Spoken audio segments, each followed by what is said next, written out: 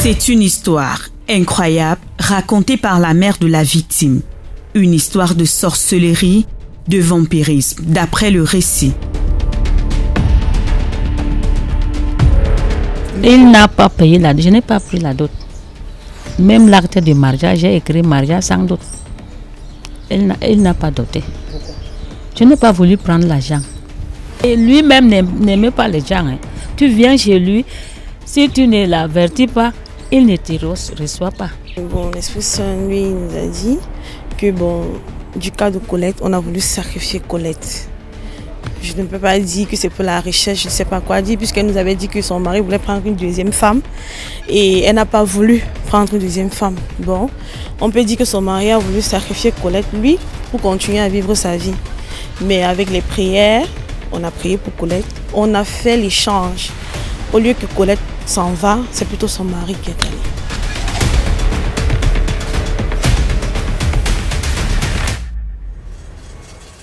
Professeure de PS dans un lycée du Cameroun, elle sort de la tombe.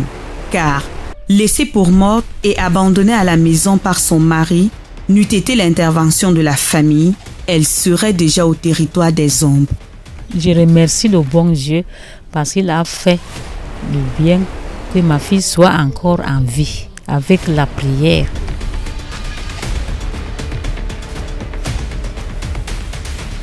Nous tentons d'avoir sa version dans ce qui s'apparente ici comme une pièce de théâtre. Ceux qui ont vu la victime pendant son agonie reviennent sur les faits. La première fois que nous sommes allés à la rencontre de Colette, nous sommes arrivés un matin, sa maman est venue vers nous pour venir regarder sa fille. Nous sommes arrivés, nous on entre, on nous dit que la malade est dans la chambre. Mais quand on entre dans la chambre, on ne voit personne. Puisque la personne elle était tellement mince et elle avait perdu du poids et elle était devenue tellement petite. Puis on appelle la maman, on demande à la maman que bon, la malade elle est où. C'est comme ça que la maman vient tourner, c'est là que nous on voit Colette. Elle était tellement petite, elle n'arrivait pas à parler. La maman nous dit que ça fait des mois, elle n'a pas dit un mot. Puis le père a dit bon, comme elle n'a pas dit un mot depuis des mois, elle va répondre. Le père a donc essayé de prier sur elle et il a massé son corps et elle a pu nous répondre ce jour-là. Nous sommes allés sur le terrain, on a constaté qu'il y avait un squelette vivant, je vais dire ça comme ça, excusez-moi pour les mots, mais c'était un squelette vivant, c'était juste de la peau sur les os. Et mon premier regard, c'est que je constate que elle ne parle pas, elle ne mange quasiment plus et elle mettait des couches. Elle était couchée, j'étais avec mes assistants et j'avais demandé à la famille que se passe-t-il. On m'a dit depuis 2-3 ans, c'est ainsi. Malgré qu'elle soit, m'avait-on dit, professeur de sport. La famille va chercher un homme de Dieu pour comprendre ce qui arrive à leur fille. Les révélations donnent foi au dos. J'avais réalisé que l'homme avec qui elle vivait, en fait, avait fait des rituels dans des cercles, on va dire, mystiques, et que c'est elle qui avait été donnée en sacrifice. C'est ce que j'avais constaté de prime abord, je le dis en toute honnêteté. Et le problème, c'était que il fallait la ramener sans que ceux à qui il l'a sacrifié ne s'en rendent compte. Et là, on a fait intervenir de l'exorcisme majeur parce que l'exorcisme, c'est l'exorcisme mineur, l'exorcisme moyen et l'exorcisme majeur. Là, j'étais obligé de faire de l'exorcisme majeur avec la grâce que Dieu nous donne pour pouvoir la ramener. Et une fois qu'on l'a fait, cela s'est fait sur des séances et des séances et des séances de prière pendant pas moins de 3 ans.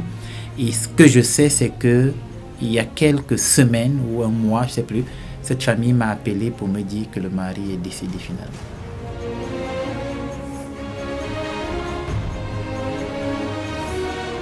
Ce qu'il a fait, c'est donner l'autorisation aux maîtres sacrificateurs. Il y en avait plusieurs dans le cas de Colette.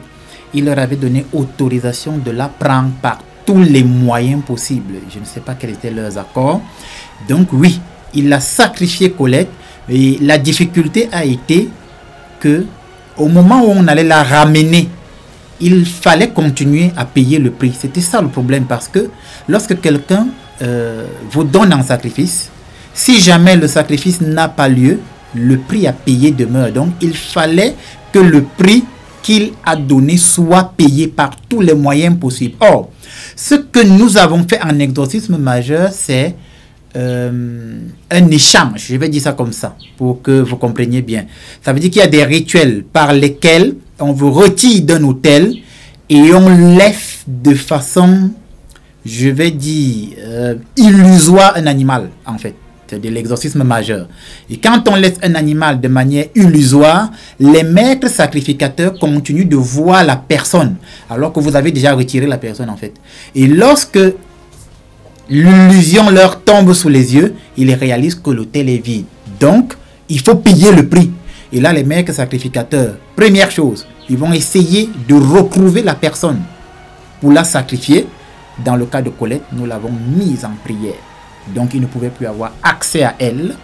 Ils vont retourner vers celui qui a donné le sacrifice pour lui dire: nous n'avons pas pu aller au bout du rituel sacrificiel. Tu nous avais dit que ce sacrifice était le nôtre. Nous ne l'avons plus. Maintenant, il faut un nouveau sacrifice. Là, soit c'est lui qu'on prend, soit c'est un autre membre de la famille qui va y passer. Dans son cas, il se trouve que lui-même, il est y passé. Au vu de ce qui précède, au cœur des mystères s'interroge. Le commerce mystique des âmes est-il une réalité ou un mythe? Con, femme-là, de quoi s'agit-il réellement? Bonne émission à tous.